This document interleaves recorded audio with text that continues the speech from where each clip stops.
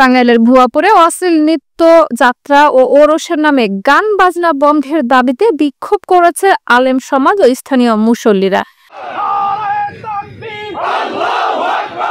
বৃহস্পতিবার সন্ধ্যা গোবিন্দদাসী টি রোডে উপজেলার গোবিন্দদাসী ইউনিয়ন বিভিন্ন মসজিদের খতিব, ইমাম ও মুসল্লিরা বিক্ষোভ করেন।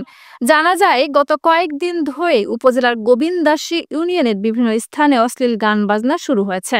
এর সময় বিক্ষোভে অংশগ্রহণকারীরা বলেন, এভাবে অশ্লীল গান বাজনা চলতে থাকলে মুসলমানদের ঈমান নষ্ট হয়ে যাবে এবং যুব সমাজ ধ্বংসের দিকে যাপিত হবে। যাত্রা ও ওরসের নামে গান বাজনা বন্ধের জন্য প্রশাসনের সুদৃষ্টি কামনা করছে। অশ্লীল গান বাজনা বন্ধ না হলে কঠোর আন্দোলনে যাবেন বলেও জানিয়েছেন তারা। আইন শৃঙ্খলা অবনতির আশঙ্কা থাকলে প্রশাসন এটি বন্ধ করে দিবে। এ বিষয়ে উপজেলা প্রশাসনের কাছে কোনো অনুমতি নেননি বলে জানান উপজেলা নির্বাহী কর্মকর্তা। কোনো অনুমতি নেই না স্যার? না না। আচ্ছা স্যার, এটা বন্ধের জন্য কি স্যার আপনি মানে কোনো পদক্ষেপ বা কোনো পরিকল্পনা গ্রহণ করছেন কিনা? না, এখন হলো মানে যারা তাদের সাথে আমার ডিরেক্ট কথা হয়নি, মাধ্যমে জানানো হয়েছে যদি আইন শৃঙ্খলার ওখানে অবশ্যই আশঙ্কা থাকে তাইলে ওরা অফ করবে।